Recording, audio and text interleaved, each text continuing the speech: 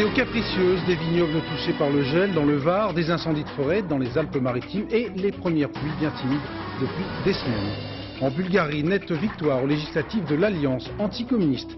Au Zaïre, le chef de la rébellion affirme son intention de combattre jusqu'à la conquête de Kinshasa.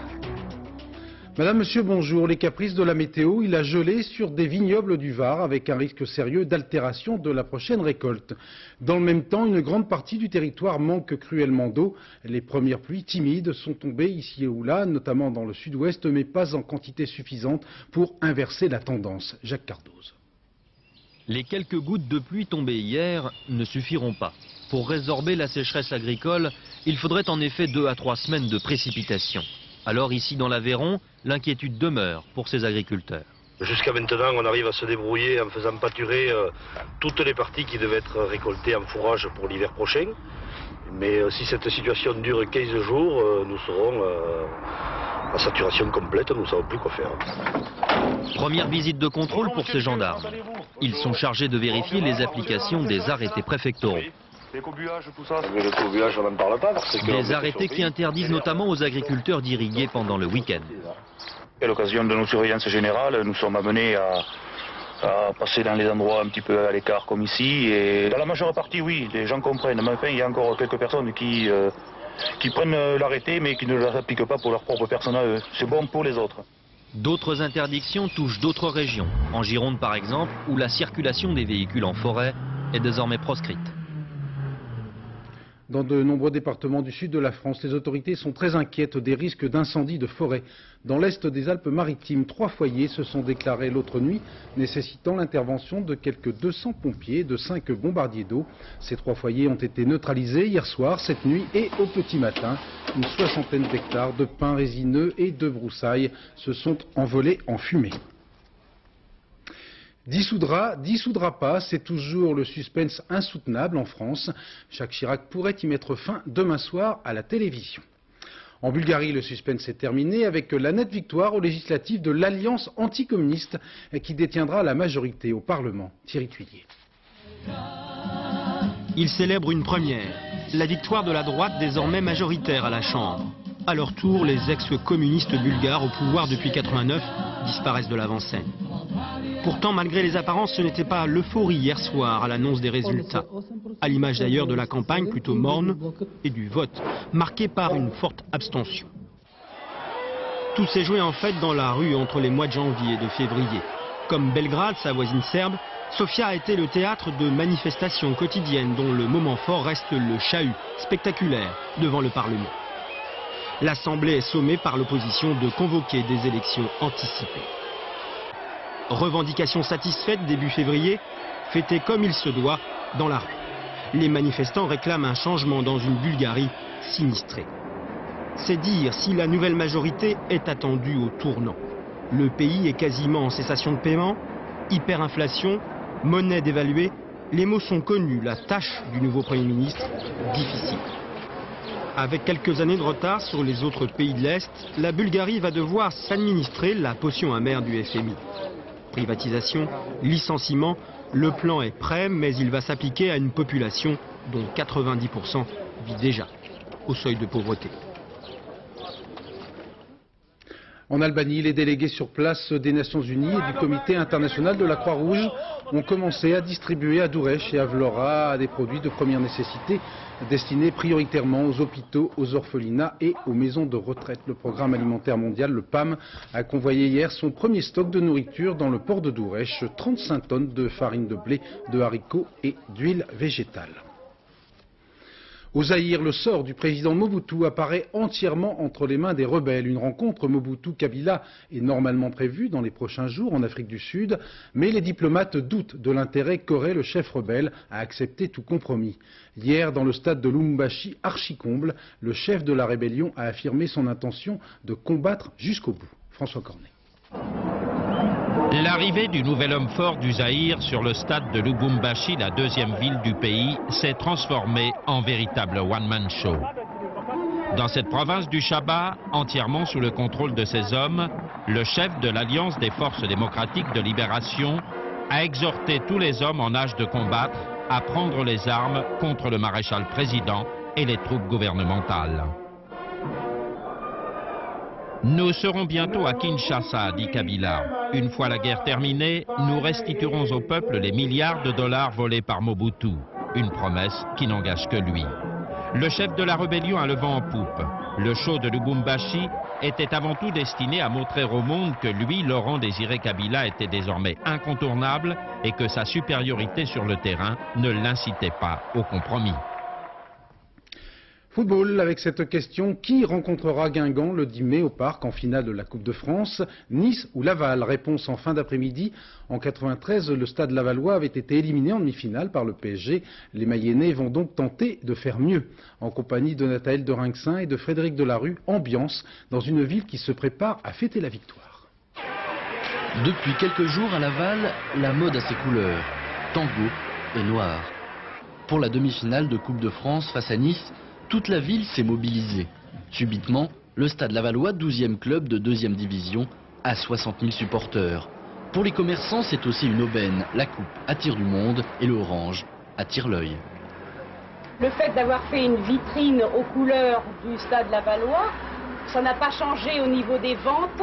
Ça a été surprenant de voir le nombre d'hommes qui regardaient la vitrine uniquement peut-être attirés par la couleur. Laval ne jure plus que par son club de foot. Au stade, c'est l'effervescence. Les frigos sont pleins de bouteilles de champagne. Aujourd'hui, on attend 3000 saucisses et une tonne de frites, 4 fois plus que d'habitude. Des matchs comme ça, il nous faudra un stade au moins de 40 000 personnes. Oui, 40 000 personnes. Ce serait bien. C'est dommage. Vous allez louper quelque chose. Hein? Mais vous irez au parc. Depuis 3 jours, les 17 000 billets sont tous vendus. Le club des supporters est prêt pour le match de l'année. Des fanions, 500 écharpes, autant de perruques. La recette devrait approcher les 40 000 francs. C'est très important et ça met de l'ambiance, ça fait revivre un stade, ça fait revivre une équipe et ça fait revivre une ville et un département. La finale ici, tout le monde y croit. Certains ont même déjà mis la coupe dans leur vitrine. Sport toujours avec un concours de saut d'obstacles à Boulogne-Billancourt. L'occasion pour certains cavaliers de haut niveau de mettre leur monture en valeur dans tous les sens du terme. Reportage Luc Bazizin, Luc Bachofen. Comme beaucoup de gens le disent, c'est la meilleure conquête de l'homme, en fait, et puis je sais pas pourquoi, mais j'aime beaucoup les chevaux. Ces enfants-là, eux, ne savent pas encore qu'ils peuvent un jour aimer les chevaux. D'ailleurs, c'est pour la plupart d'entre eux la première fois qu'ils rencontrent ce drôle d'animal. Ça bouge comme quelque chose qui tombe des deux côtés. C'est mon ami. Ça fait... c'est bizarre. Je vous rappelle également... Si certains prennent ça à la rigolade, ce n'est pas le cas des cavaliers. Ici, au concours national de saut d'obstacles à Boulogne-Billancourt, chacun vient pour gagner et par là valoriser sa monture. Car plus un cheval a de médailles, plus sa valeur augmente. En tant qu'éleveur, il est très important de valoriser le cheval en tant qu'étalon pour que, une fois sa carrière de compétition terminée, on puisse le mettre à la reproduction. Et donc évidemment un cheval qui a eu les résultats qu'il a obtenus est beaucoup plus demandé qu'un illustre inconnu. Avant de réaliser ce genre d'exploit, le cheval illustre inconnu ne verra lui sa semence vendue qu'entre 5 et 10 000 francs. Alors que la saillie d'une vedette récompensée et reconnue avoisine les 20 000 francs. Du dressage à la compétition, le chemin est souvent parsemé d'obstacles, mais pour le public, il offre toujours un spectacle. 2000 ans avant Jésus-Christ, les Égyptiens avaient déjà inventé le char à vent. Aujourd'hui, le char à voile est un sport qui compte en France quelques 7000 licenciés. En compagnie de Delphine Le Goeff et de Fabien Briand, reportage près de Cherbourg à l'occasion d'une compétition unique en Europe. Toutes les conditions étaient présentes, le soleil, la mer et surtout le vent. Ce week-end à La Cioto, plage située à 30 km de Cherbourg, se déroulait le championnat de France pour les jeunes de char à voile. 88 compétiteurs âgés de 11 à 16 ans, sélectionnés à l'issue des championnats régionaux, venaient chercher le titre de champion de France cadet ou minime. Une compétition junior unique en Europe, sous l'œil vigilant des responsables de club.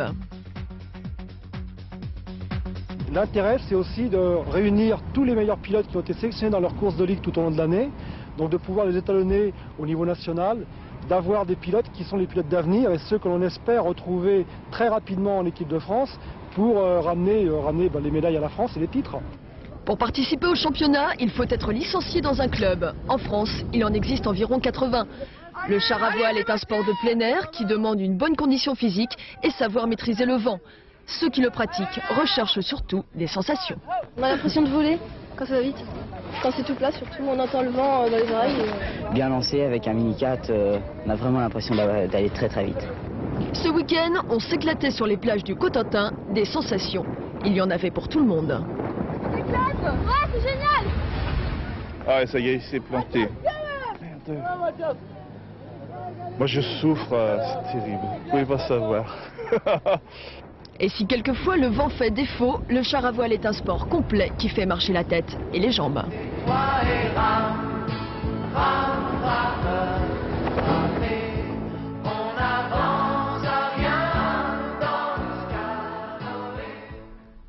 Autre compétition insolite, le défilé à tout fil, organisé en Camargue pour la 12e année consécutive, un tremplin pour les stylistes amateurs qui peuvent donner libre cours à leur imagination débordante.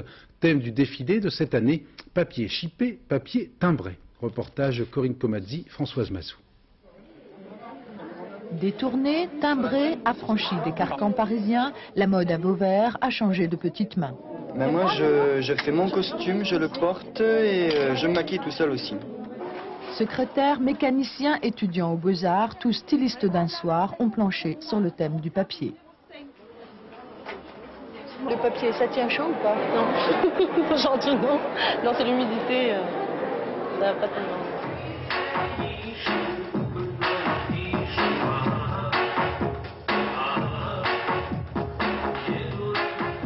Papier cadeau vite déballé, lampion savamment froissé, le papier défile sous toutes ses coutures. Bien sûr, il y a l'arbre, incontournable et plus ou moins portable, sans oublier le clin d'œil au journal et à ses ribambelles de nouvelles.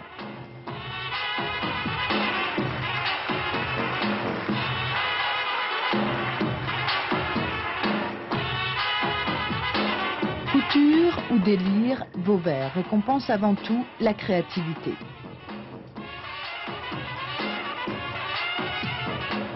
Le premier prix revient à cette jeune étudiante de 20 ans pour Passage, un modèle éphémère aux formes pures et dépouillées. Plus qu'un podium, un tremplin pour de jeunes créateurs et pour la mode, une grande bouffée d'oxygène.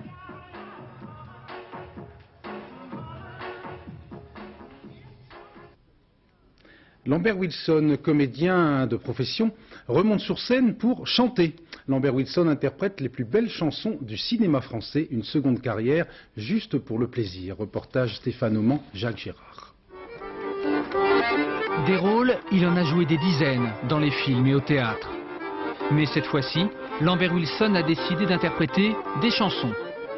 Tout simplement, les plus célèbres du cinéma français, écrites par Prévert, Queneau ou Bobby Lapointe. Elle avait un autre nom, et puis d'abord pas de question de lui prendre le menton. D'ailleurs elle était d'Antibes, qu'elle a vanille et framboise, sont les mamelles du destin. Hommage à des films d'autrefois qui chantaient les faubourgs de Paris, Montmartre et Les Mauvais Garçons. Hommage à des acteurs comme Gabin qui aimaient eux aussi pousser la chansonnette. Pour moi, ça fait partie des activités tout à fait normales du comédien. Je présente un spectacle de théâtre en musique.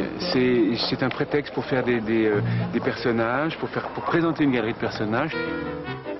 Quand je me laisse aller pour de vrai, rien que pour le principe, je la dérouille après.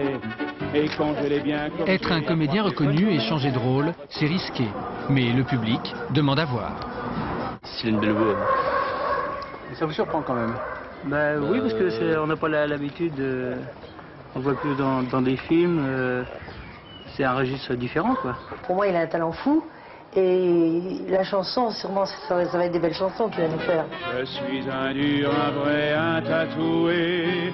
À Londres, Lambert Wilson a joué pendant 9 mois dans une comédie musicale, mais il a toujours autant le trac avant d'affronter le public. Il y a une prise de risque qui a été 15 fois plus importante que quand on est devant une caméra et qu'on peut qu'on peut s'arrêter, reprendre. C'est assez vertigineux, ça me terrorise. On s'est connus, on s'est reconnus. Après le spectacle, il retrouvera donc le cinéma, un film d'Alain Resnais intitulé « C'est une coïncidence ». On connaît la musique. Chacun pour soi est reparti dans le tourbillon de la... Voilà, spectacle jusqu'au 10 mai au Théâtre des Abbesses à Paris. Deux bonnes nouvelles pour terminer ce journal. Des spécialistes de l'Institut d'astrophysique des Canaries ont découvert une troisième queue sur la comète Hale-Bopp. Ceci n'a rien à voir avec cela. Brooke Shields, ex-enfant prodige d'Hollywood, et André Agassi, ex-enfant terrible du tennis américain, se sont mariés hier dans l'intimité et en Californie. Dans un instant, le rappel météo, Patrice Drevet. Rendez-vous 20h, invité du journal Valérie Lemercier. Excellent après-midi, merci.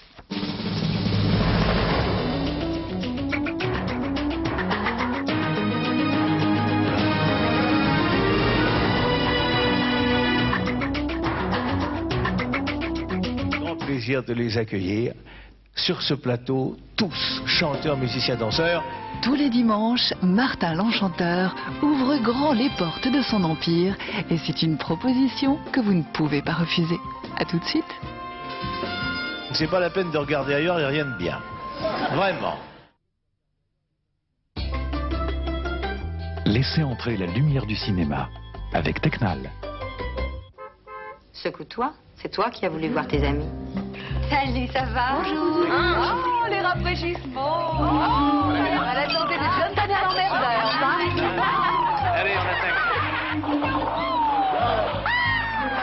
J'adore regarder des hommes qui se battent. Bonne nuit, John. Bonne nuit. Je suis allongée sur le lit. Écoutez votre mauvaise conscience. Ne zappez pas. Il se passe toujours quelque chose chez Osterman. Ce petit film a été pris par les caméras de surveillance de la CIA. Ça ne vous a pas plu? Mardi soir, les agents troubles de Sam Peckinpah passent leur dernier week-end sur France 2.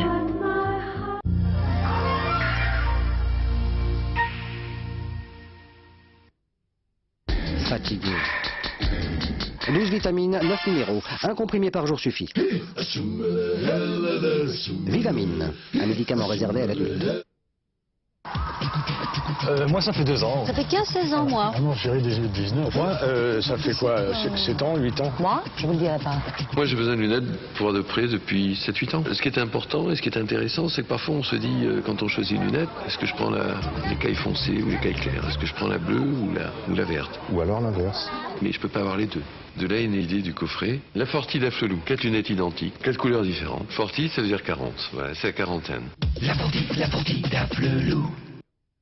À la claire fontaine, j'ai bu l'eau cristalline. Elle était pure et fraîche, si pure cristalline. Cristalline, ça coule de source.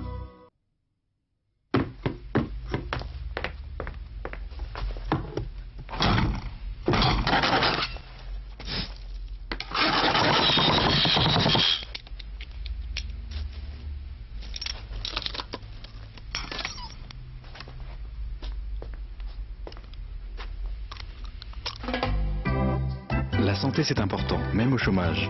Pour la première fois avec la mutuelle santé de MAF Assurance, si vous perdez votre emploi, vous ne perdez pas votre mutuelle. On peut toujours imiter un poulet fermier dans ce nid, mais pas son goût. 3 fois médaillé au salon d'agriculture, poulet fermier dans ce nid.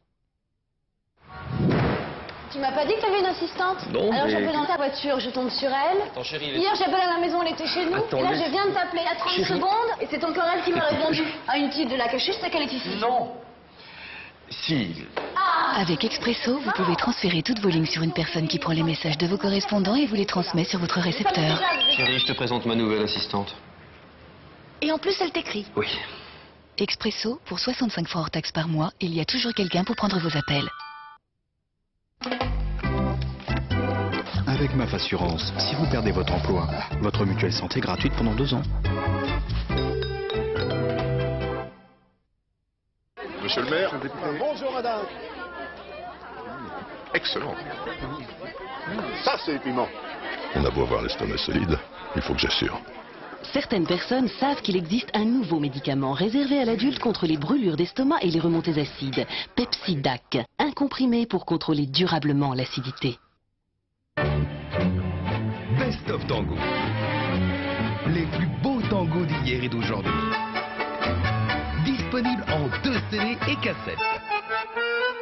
Best of Tango, les plus beaux tangos d'hier et d'aujourd'hui. À ce soir, maman. Une mauvaise circulation? Des jambes lourdes? Des jambes fatiguées en fin de journée? Il existe un médicament. Jouvence de la Baie-Souris. Je l'ai aussi. Jouvence de la Baie-Souris, c'est bon pour la circulation. Existe aussi en gel pour les jambes. Demandez conseil à votre pharmacien.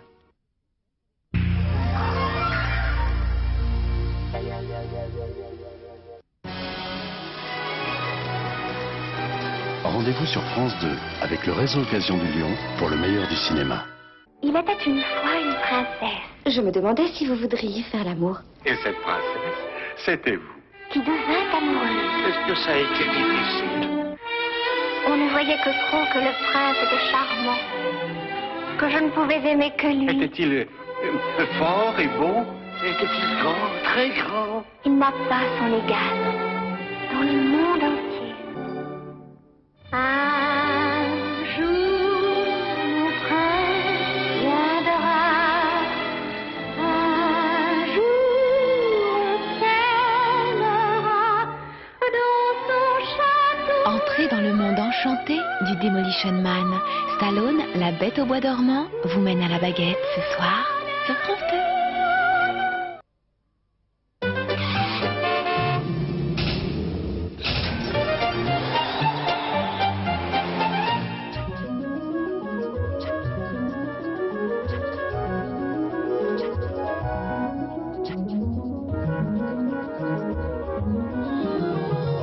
Rebonjour, pas beaucoup de pluie, beaucoup de soleil et beaucoup de vent. Voilà en quelques coups de pinceau brossé le tableau de la météo. L'aspect du ciel pour cet après-midi, avec effectivement beaucoup de vent de nord-est qui va souffler jusqu'à 50-60 km/h, qui va rafraîchir l'atmosphère, mais qui dégage le ciel avec un beau soleil, quelques petits nuages sur la presqu'île du Cotentin, également sur la pointe de la Bretagne. Sinon, sur cette région, sur ces régions allant de l'Aquitaine jusqu'à l'Alsace, et là, il y aura beaucoup de nuages avec quelques averses de pluie, et sur les reliefs, sur les Pyrénées au-dessus de 1800 mètres, au-dessus de 1000 mètres sur les Alpes, 600-800 mètres, au-dessus des Vosges et du Jura, quelques petites chutes de neige. Du Mistral aussi à prévoir, qui va souffler en rafale jusqu'à 70 km/h, et des averses de pluie. Sur la côte d'Azur, les températures pour cet après-midi, elles sont en baisse, elles vont de 9 degrés sur le nord jusqu'à 17 degrés sur le sud. L'aspect du ciel pour demain, il y a dissolution des nuages, je dis bien, dans le ciel de France, puisque vous pouvez le constater, la plupart des régions vont bénéficier d'un très très beau soleil, toujours du vent, sauf l'extrême sud-est, où là on attend aussi, sur la Corse par exemple, quelques petites averses de pluie. Attention au vent qui va souffler jusqu'à 110 km/h par rafale entre Corse et continent. Voici les températures au lever du jour. Pour demain matin, elles sont en baisse, on s'attend à des gelées la nuit prochaine, de moins 3 degrés sur le nord, jusqu'à 12 degrés à Bastia sur le sud. L'évolution de ces températures dans la journée, elle se réchauffe, mais pas beaucoup, de 10 degrés jusqu'à 17 degrés sur le sud. Voilà, vous aurez le plaisir de retrouver Nathalie Riouet après le journal de 20h pour le prochain bulletin météo. Très bon après-midi à tous sur France 2, bien sûr.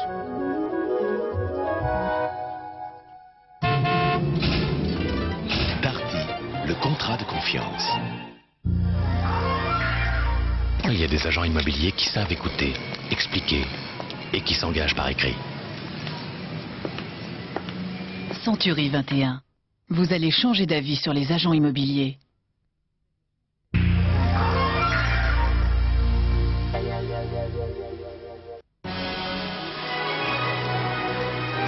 Rendez-vous sur France 2 avec le réseau Occasion du Lion pour le meilleur du cinéma.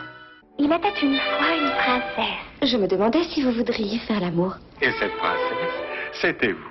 Qui devint amoureuse. Est-ce que ça a été difficile? On ne voyait que trop que le prince était charmant. Que je ne pouvais aimer que lui. Était-il fort et beau? Était-il grand, très grand? Il n'a pas son égal dans le monde entier. Un jour, mon prince viendra. Un jour, on s'aimera dans son château. Entrez dans le monde enchanté du Demolition Man. Stallone, la bête au bois dormant, vous mène à la baguette ce soir sur France 2.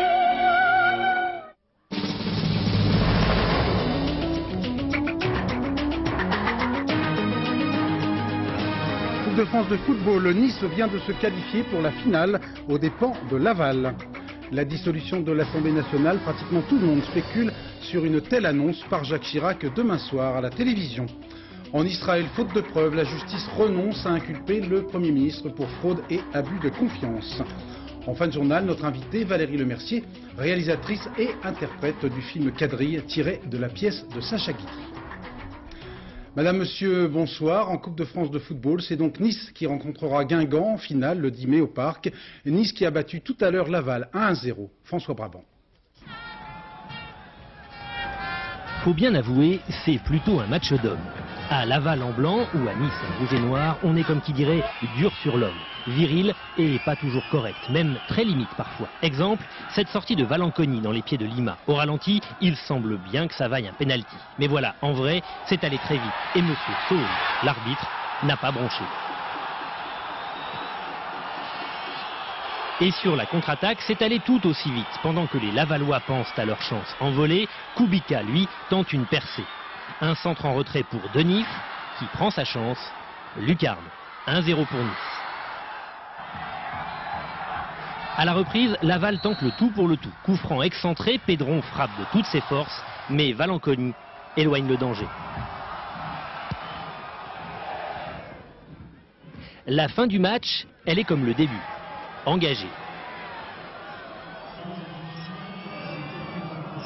Mais malgré leur engagement élevé, les Lavallois ne vont pas marquer, même si à la dernière minute, ils sont tout prêts. Finalement, Nice bat Laval 1-0 et jouera contre Guingamp la finale de la Coupe de France. Les risques de sécheresse, c'est dans une bonne partie de l'Europe que la situation est désormais préoccupante, notamment en Suisse ou encore en Italie. En France, la cellule ministérielle mise en place fera le point de la situation à la fin du mois. Parmi les conséquences du manque de pluie, la récolte des salines de Guérande va sans doute se faire avec 2 mois d'avance. Depuis 1976, on n'avait jamais vu ça. Reportage Mathieu Huchet, Alain Locaccio.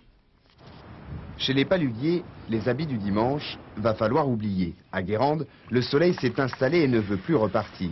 Du coup, la saison est déjà commencée et dans les marais salants, Olivier prépare ses bassins.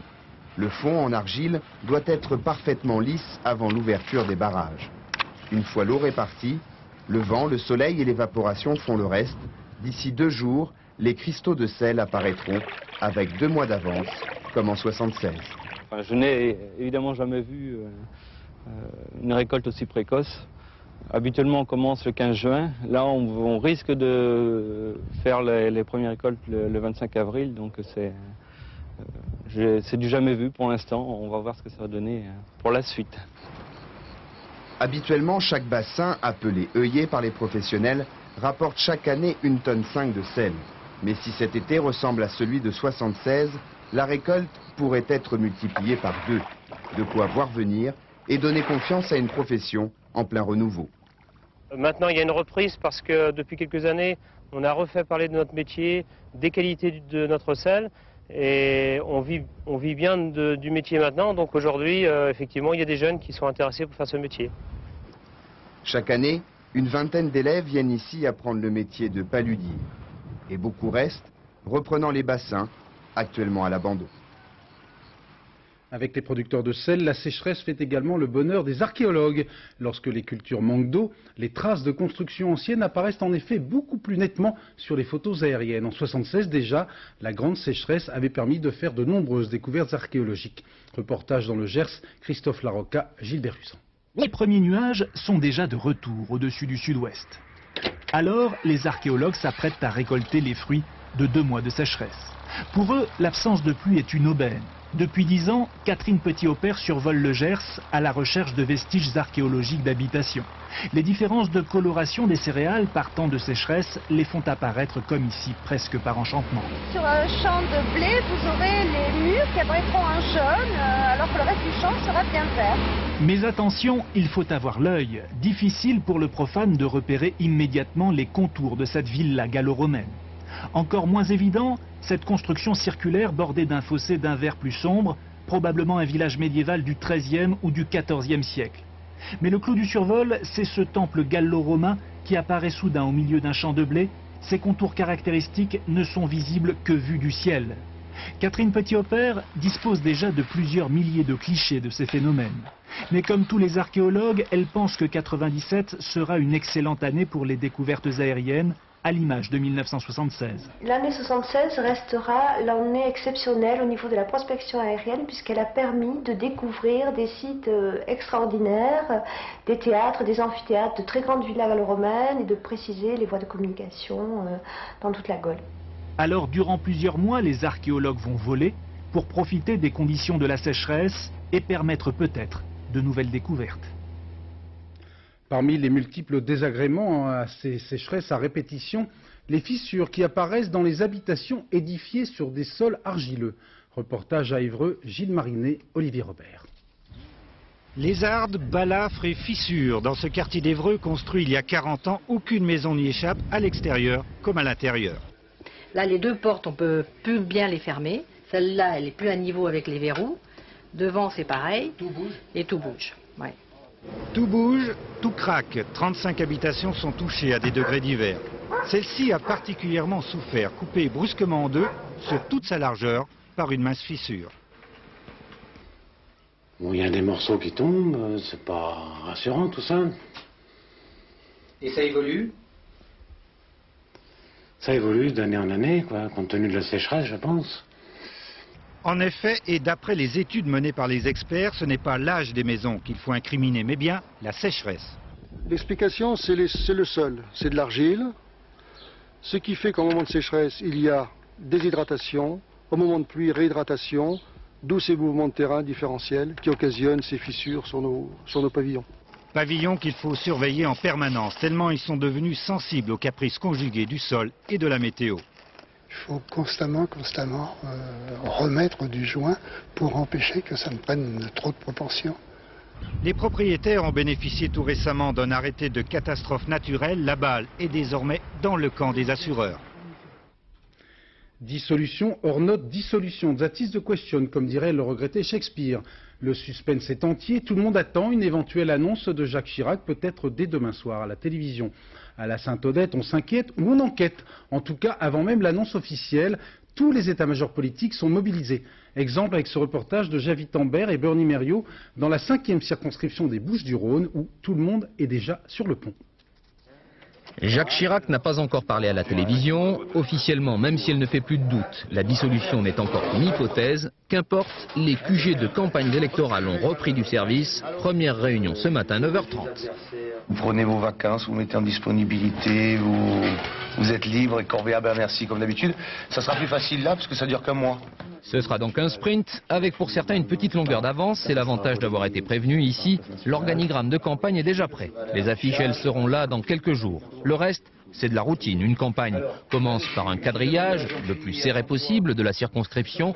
Aucune boîte aux lettres ne doit être oubliée, aucun électorat non plus. Exemple, celui du 3e âge. Il faut les inviter au théâtre, au cinéma, etc. Il faut leur montrer plus les petits goûters conviviaux ici. Plus des lotos, etc., etc. Il y a énormément d'activités pour le 3e âge. Il faut que, comme par hasard, Renaud passe par là, il a vu la lumière, il rentre dans la maison de quartier et il serre un peu les pougnes. Dans cette campagne bulldozer, le candidat du RPR sait que les choses seront moins faciles qu'en 93. La vague ne sera pas aussi porteuse pour la majorité. Les électeurs, cette fois, il faudra les convaincre, un par un. Excusez-moi, je suis pas national. On est copains quand même. Hein. Oui, oui. Et surtout, vous allez perdre là.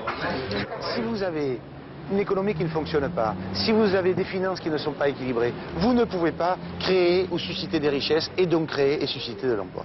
C'est ça que vous allez dire aux électeurs. Oh, aux électeurs, on va leur donner quand même plus de rêves et d'espoir. Espoir, ce que le Parti Socialiste défendra lui aussi dans cette élection est clair. Ici, les tracts avaient été préparés en vue de 98. Ils serviront tout de suite. Le Parti Socialiste se montre un peu plus percutant. C'est vrai que si les échéances étaient arrivées à leur terme, ça nous aurait laissé plus de temps pour une explication avec les Françaises et les Français.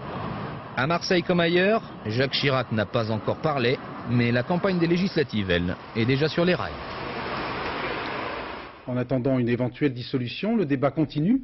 Invité tout à l'heure du Club de la Presse d'Europe 1, Le RPR Franck Borotra, ministre de l'Industrie, a précisé les bonnes raisons d'une telle décision, alors qu'au contraire, pour Lionel Jospin, invité de 7 sur 7, une dissolution serait un aveu d'échec du président. Le choix de 1997 va être beaucoup plus clair finalement que le choix de 1995.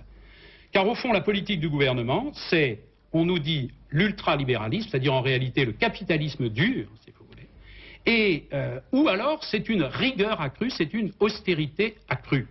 Eh bien nous, tout simplement, nous allons dire, qu'est-ce que veut faire le gouvernement?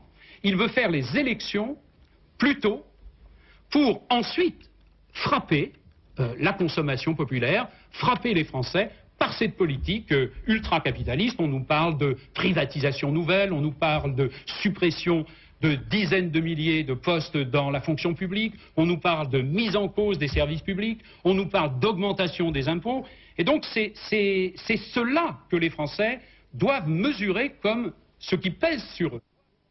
La première motivation, c'est de clarifier les relations qui existent entre l'opinion et le pouvoir politique à un moment où, à l'évidence, eh bien, le pays se trouve confronté à des échéances qui sont des échéances décisives pour à la fois l'avenir de l'Europe et l'avenir de la France. Deuxièmement, le gouvernement est engagé depuis 1995 dans une politique d'assainissement des finances publiques et aussi dans une politique de réforme. Est-ce qu'on peut se permettre de perdre 8-10 mois en face des exigences de la réforme? De nombreux observateurs, comme l'on dit, estiment qu'une éventuelle dissolution de l'Assemblée constituerait pour Jacques Chirac un pari raisonné mais risqué. Alors Jean-Michel Carpentier, tout d'abord un pronostic, mouillez-vous, oui ou non, y aura-t-il des législatives anticipées? Écoutez, tout indique que le président de la République va s'exprimer à la télévision demain soir pour annoncer la dissolution de l'Assemblée nationale et donc demander au pays de voter fin mai, début juin, ce qui implique une campagne électorale très courte d'environ 1 mois et demi. D'ailleurs, en ce moment, à l'Élysée, le président est entouré de ses plus proches conseillers pour mettre au point les derniers détails de son intervention. Une intervention capitale, car Jacques Chirac devra convaincre les Français du bien fondé de cette élection anticipée dont personne ne parlait il y a encore 15 jours. Alors pourquoi cette décision présidentielle? Eh bien, l'argument qu'utilisera sans doute le président demain soir sera de ne pas perdre de temps avec une campagne électorale d'1 an et donc d'accélérer la préparation du pays à la monnaie unique, l'euro. Pour cela, il faut que le déficit du budget de la France reste limité à 3% du produit intérieur et cela va nécessiter des réformes et des choix économiques difficiles avec une politique financière rigoureuse, des dépenses de santé maîtrisées, bref, des choix tels que Jacques Chirac et Alain Juppé préfèrent s'appuyer sur un nouveau contrat passé avec les Français, mais avec un vrai risque politique, celui de voir la gauche arriver au pouvoir dans 2 mois. S'il gagne, Jacques Chirac disposera d'une majorité pendant 5 ans pour travailler, c'est-à-dire jusqu'à la fin de son septennat en 2002. Mais s'il perd, il se prépare à une longue cohabitation avec Lionel Jospin, un risque qu'a probablement bien pesé le président ces derniers jours. Merci Jean-Michel, rendez-vous donc demain peut-être à 20 h. En Israël, fin du suspense politico-judiciaire. Faute de preuves, la justice a en effet finalement décidé de ne pas inculper le Premier ministre pour fraude et abus de confiance, comme le recommandait un long rapport de la police. Benyamin Netanyahou est simplement blâmé pour son imprudence. Commentaire Charles Anderlin. De preuves, ce sont les mots-clés de ces conclusions du ministère public. Edna Arbel et Eliakim Rubinstein laissent entendre qu'ils n'ont pas réussi à établir toute la vérité et critiquent les normes de pouvoir de Benyamin Netanyahou. Il y a bien une affaire grave, mais en l'absence d'éléments suffisants pour étayer des actes d'accusation, Benyamin Netanyahou et son ministre de la Justice ne sont pas inculpés. Le seul qui sera traduit en justice, c'est Aryeh Deri, le chef du parti orthodoxe Chasse. Il est membre de la coalition gouvernementale. L'affaire est loin d'être terminée. Le gouvernement de la droite israélienne ne tombe pas mais sort très affaibli de cette épreuve, d'autant plus que le dossier va être transmis à présent à la Haute Cour de justice qui, en fin de compte, tranchera. Avec tout cela, personne ne parle du processus de paix qui est dans l'impasse. C'est l'un des grands phénomènes de société, comme l'on dit, auxquels doivent faire face les autorités américaines. L'immigration illégale de Mexicains à la recherche de l'Eldorado. Depuis le renforcement des lois sur l'immigration, ce phénomène s'est nettement ralenti. Avec Laurent Boussier, reportage à la frontière entre les États-Unis et le Mexique. Certains marchent depuis des jours, d'autres ont passé la nuit près du mur, presque tous en sont déjà à leur 4e ou 5e tentative. Comme beaucoup, ceux-là n'iront pas bien loin, quelques centaines de mètres en Californie. Et retour au Mexique, dans les fourgonnettes des gardes-frontières américains qui inlassablement patrouillent et bloquent le flux de ceux qui veulent à tout prix quitter la misère de leur propre pays. C'est sûrement très frustrant pour eux de venir de si loin, certains de plusieurs milliers de kilomètres, pour arriver à la frontière et de voir que tous leurs efforts pour passer illégalement se heurtent à notre dispositif qui a été renforcé.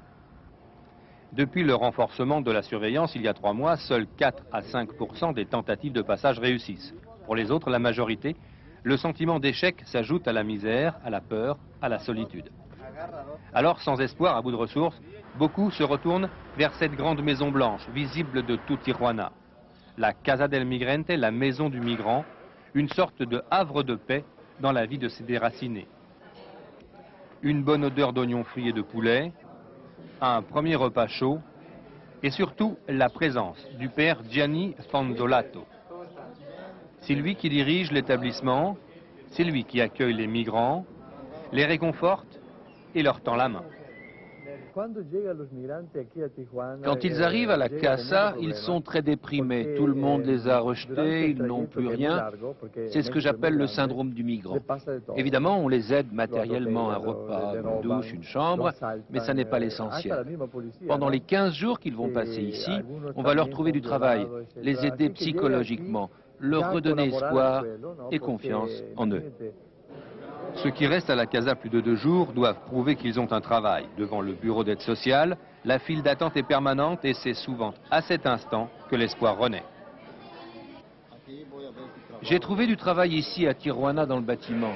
Je vais voir si je peux rester. Ça va bien depuis que je suis ici. Je me sens mieux. Je vais tenter encore une fois de franchir la frontière. Sinon, j'ai trouvé un travail ici dans un bar. Chaque année, 10 à 15 000 migrants passent par la casa. Au bout de 15 jours, beaucoup renoncent à leur rêve de partir aux États-Unis et construisent leur vie dans cette ville, frontière de Tijuana, qui en 20 ans est passée de 100 000 à 1 million d'habitants. L'enquête sur le démantèlement de la filière de cocaïne qui alimente les milieux du showbiz et du tout Paris. Interpellation d'un 4e suspect après la saisie à Paris cette semaine de 20 kilos de cocaïne pure d'une valeur marchande de 20 millions de francs. 3 autres trafiquants interrogés depuis vendredi devraient être déférés devant la justice ce soir ou demain matin. Autre mode contestable et contesté, les rodéos automobiles et autres gymkhana. Fin mars, un spectateur avait été tué, fauché par une voiture. Ces courses nocturnes s'organisent plus ou moins discrètement sur des parkings de supermarchés, mais aussi sur certaines départementales. En compagnie de Luc Bazizin et Bernie Mériot, reportage sur cette fièvre du vendredi soir.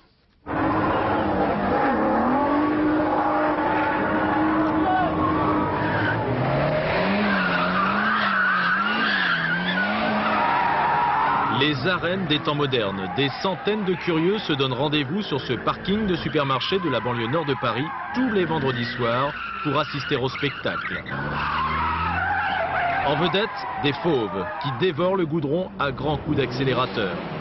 Chacun à sa manière sort ses griffes avec des voitures souvent gonflées, c'est-à-dire modifiées pour aller plus vite. Des voitures dont la silhouette se trouve fréquemment transformée pour être plus aérodynamique. Des voitures comme ça, on n'en voit pas tous les jours. On voit la puissance, je sais pas moi. C'est pour se faire plaisir.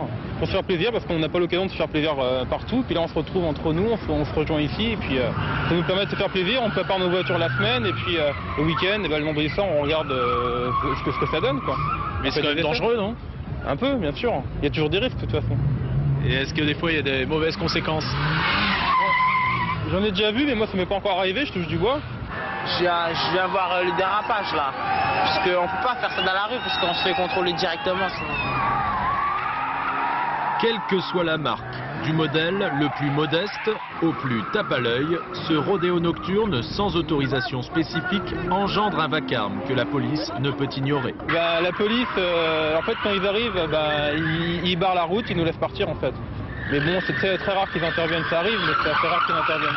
Ils contrôlent seulement s'il y a des voitures volées, s'il y a des cartons et tout ça, c'est tout. Sinon, ils tolèrent la vitesse ici.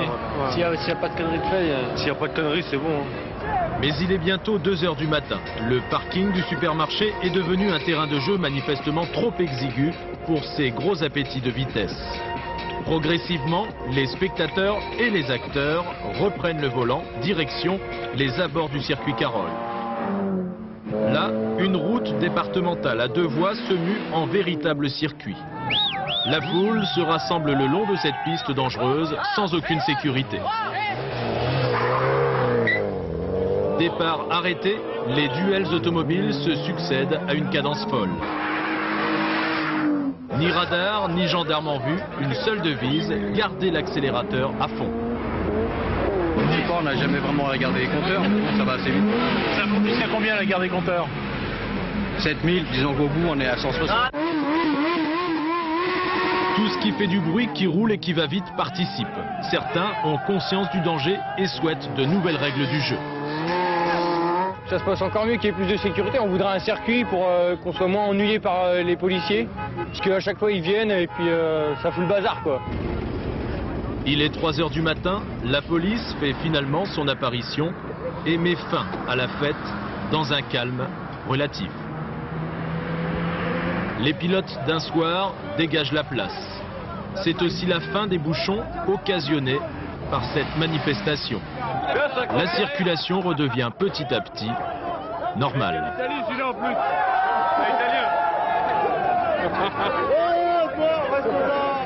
Loin des bouchons, du bruit, des gaz d'échappement, un grand bol d'air avec les premières randonnées dans la vallée de Chamonix. Équipez-vous de bonnes chaussures de marche et suivez nos joyeux monos Didier Guyot et Jean-Claude Martin.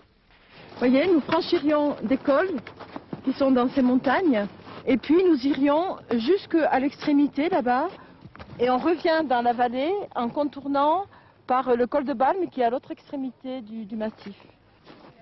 Massif du Prarion à 2000 mètres d'altitude. La neige fond peu à peu, alors les premiers randonneurs partent à la découverte d'une nature qui se réveille. Loin de la ville et du stress, on vient prendre une bouffée d'oxygène. L'aiguille du midi correspondait à l'emplacement du soleil au moment du midi. Voilà. Alors tu imagines les anciens, ils n'avaient quand même pas de montre comme nous, maintenant nous sommes équipés. Alors l'aiguille du goûter pour toi? C'était l'heure du goûter. Voilà, c'était l'heure du goûter. Oui, ça sent, oui. Mon cœur bat hein, quand je vois la montagne et puis l'horizon, parce que quand on vit, je pense, dans une vallée aussi étroite ou en ville, on manque complètement d'horizon. Et ici, regardez, il y a 360 degrés. C'est fabuleux. On n'a pas besoin d'aller vite, on n'a pas besoin de faire des grands exploits. Mais quand on arrive à un petit sommet, si petit soit-il, le monde est à soi, quoi. Bien. Entre neige, rochers, sapins et bruyères, c'est l'occasion d'en savoir un peu plus sur la faune et la flore, sur tous ces animaux qui vivent en montagne et sur cette végétation qui résiste aux rigueurs de l'hiver. On est en montagne à un endroit où il y a du vent, ce qui fait qu'elle a réduit la longueur de sa tige. Et puis, venez, touchez-la. Oh, c'est doux. Mais à quoi ça lui sert, ce duvet, d'après toi? À la protéger du froid. Voilà. Et ben voilà, comme une... Quand vous allez dans la nature, il n'y a rien de préparé d'avance, donc tout est improvisé. Et l'émerveillement, il vient chaque heure, chaque minute. Et il est différent en fonction des journées, en fonction des gens avec lesquels on est. Donc il y a 1000 choses à percevoir et quand on a perçu ces 1000 choses, il y en a encore des milliers derrière à percevoir. Donc c'est à l'infini. Gare au décalage horaire après Chamonix, Barbizon, village bien connu, cher aux impressionnistes. Théâtre ce week-end d'un magnifique concours d'attelage réunissant 25 concurrents. Autre chose qu'un simple concours d'élégance. Reportage Frédéric Bonnet. Première compétition d'attelage ancien et première présentation ce matin au départ de l'épreuve. Voilà, merci beaucoup. Bonjour madame. Contrôle technique obligatoire sur la grille de départ. Toutes les voitures sont notées et scrutées à la loupe. C'est ravissant, c'est absolument ravissant. Ils sont pas un peu petits les chevaux? Oh non, c'est des petits poneys, de petits jumeaux. Poney de compétition, anciens trotteurs ou chevaux lourds, toutes les montures sont acceptées pourvu qu'elles acceptent un harnais. C'est un véritable concours, mais on met l'accent d'abord sur le respect de la tradition. C'est pas... Il y a d'autres concours d'attelage où on met l'accent d'abord sur le caractère sportif de l'épreuve. Ici, c'est le respect de la tradition. Lui, c'est le grand favori de l'épreuve. Cet attelage ancien correspond à tous les critères. Lanterne, coffre, fouet, le moindre détail est authentique. Vous zigzaguez entre les ballots? De l'anglade. Allez, hop! Et pour terminer la compétition, voici la danse de la maniabilité.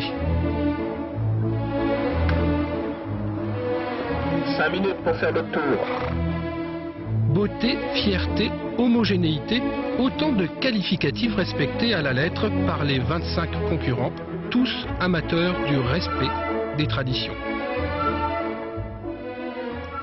Pas de doublé pour Laurent Jalabert, vainqueur mercredi de la Flèche Wallonne, qui voit une nouvelle fois la victoire lui échapper dans la doyenne des classiques cyclistes Liège-Bastogne-Liège. Une épreuve remportée cet après-midi par l'Italien Michele Bartoli, vainqueur l'an dernier du Tour des Flandres, qui a distancé le champion français dans le dernier kilomètre. Sport toujours, avec comme promis notre invité Valérie Lemercier à l'occasion de la sortie mercredi de Quadrille, le premier film réalisé par Valérie Lemercier d'après la pièce de Sacha Guitry. Quadrille, comme son nom l'indique, ce sont un peu les jeux de l'amour et du hasard à 4 personnages. Un rédacteur en chef un peu lâche, André Dussolier, une actrice de théâtre légèrement caractérielle, Valérie Lemercier, une jeune journaliste ambitieuse, Sandrine Kimerlin, on se demande où Guitry va chercher tout ça, et un playboy star de cinéma américain, Sergio Castellitto. Avant de retrouver notre invité, bonsoir Valérie. Bonsoir. Un petit extrait de ce film, Quadrille. Valérie, au téléphone avec son amant, s'apprête à succomber au charme du playboy américain. Mais oui, je sais bien, mais ce sont des gens extrêmement importants qui me parlent d'Hollywood d'une façon extrêmement flatteuse. Mais je sais bien. Je sais bien que je n'ai pas l'habitude de me faire des illusions. Cependant, je dois avouer que la façon dont ils m'en parlent à mon sujet me semble très intéressante. Ils sont extrêmement emballés sur moi. En tout cas, ils en ont l'air. J'estime que c'est mon intérêt d'écouter leurs propositions. Je t'assure que d'avoir à ses pieds un homme comme Carl Erickson n'est pas désagréable. Et puis enfin, c'est pas un crime que je commets. Nous avons vraiment ici un respect un peu excessif des coutumes bourgeoises. Nous qui sommes le pays de la liberté, de toutes les libertés, nous qui avons pris la Bastille, qui avons guillotiné presque tous nos rois, vivons comme des esclaves. Non, c'est de ce côté-ci. Non, je veux dire, c'est de ce côté-ci seulement qu'on voit ça. De l'autre côté de la Manche, à Londres, au Savoie. Regarde la différence. Un homme peut très bien souper avec une femme seule sans que ça fasse un scandale. Non, mais je sais bien que tu es de mon avis, c'est pour ça que je t'en parle avec cette franchise. Seulement, voilà, explique-lui que je ne peux pas me dégager. Voilà, tu sais ce que c'est quand on est prise dans sa... Allô, on nous avait coupé. Oui, je te quitte, chérie. On vient me chercher. Carl Erickson lui-même, il est monté très gentiment, il est en train de me tirer par la manche. Oui, j'arrive, cher monsieur, j'arrive tout de suite. À demain, Claudine, à demain. Téléphone vide, je t'embrasse. Au revoir, Claudine. Moi aussi, je t'embrasse. Voilà, c'est ce qui s'appelle se faire tirer par la manche. Un petit peu. Alors c'est donc texte de Sacha Guitry, oui. Un texte tout à fait étincelant et peut-être une morale un peu désenchantée. Non, la morale, c'est les journalistes avec les journalistes et les acteurs avec les acteurs. Pourquoi cette idée d'un remake, comme on dit en bon français, d'une pièce qui date de 60 ans maintenant? C'est-à-dire que quand j'ai appris que Daniel Toscan du Plantier cherchait des réalisateurs pour réaliser des films d'après les pièces, comme j'aime Sacha Guitry depuis longtemps, je me suis portée volontaire et puis j'ai choisi dans le répertoire de Sacha Guitry Quadrille. C'est la pièce que je préférais, que je trouvais la plus profonde, la plus drôle aussi, la plus légère, enfin bon.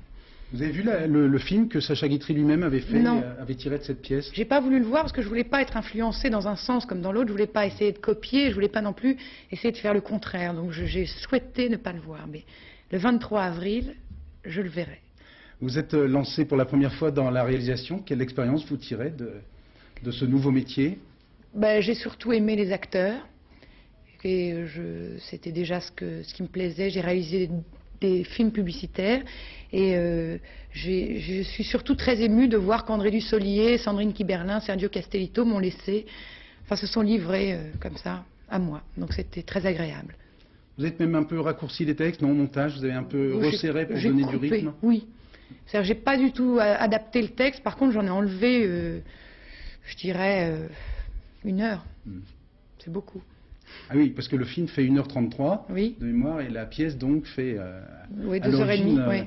2h33. Oui. Là, on vous a vu quasiment succomber au charme du beau Sergio. Oui, même pas quasiment, oui, totalement. On vous voit nu sur la couverture d'un nouveau magazine qui s'appelle DS. Alors c'est une nouvelle carrière. Une nouvelle carrière qui s'ouvre. Oui, de Playmate. Oui. C'est pourquoi? Parce que vous appréciez beaucoup la photographe qui a fait ce oui, cliché. Ça vous amuse? Oui, ça m'amusait et j'avais envie de faire des photos avec Dominique Isserman depuis longtemps. Et comme c'est un nouveau magazine, je trouve ça bien qu'il y ait de nouvelles choses qui se fasse. Donc voilà, je suis très contente de l'avoir fait. Je ne regrette pas.